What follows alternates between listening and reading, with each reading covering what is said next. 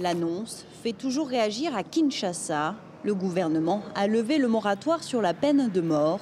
Les autorités congolaises disent vouloir se débarrasser des traîtres dans l'armée, alors que l'Est du pays fait face à une offensive du M23, appuyée par le voisin rwandais. J'opte pour la peine de mort. Pourquoi? Parce que le pays est trahi à haut niveau. La dignité humaine est sacrée. M. Tshisekedi veut nous amener tout simplement dans la dictature. Les organisations de défense des droits de l'homme ont dénoncé cette levée du moratoire et appelé à son annulation. L'Église catholique est elle aussi vent debout contre l'exécution des peines capitales. Pour le cardinal Fridolin Ambongo, si la peine de mort est incompatible avec le principe sacré de la vie, son application dans le contexte congolais est aussi, dit-il, dangereuse. Nous avons entendu le chef de l'État lui-même dire « La justice au Congo est malade ».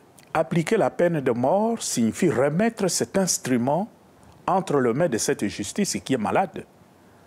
Et une justice qui est malade, comment elle va appliquer avec sérénité, avec objectivité, une décision aussi grave que supprimer la vie d'un être humain?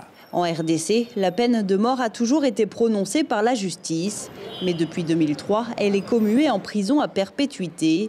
Du côté de la majorité au pouvoir, on rappelle que la peine capitale n'a jamais été abolie dans le pays. Le pays, dans sa souveraineté, a droit de prendre des mesures qu'il estime importantes dans les contextes comme celle-ci, pour essayer de persuader ceux qui sont tentés d'aller trahir, croyant que demain on va les pardonner et ils vont revenir aux affaires.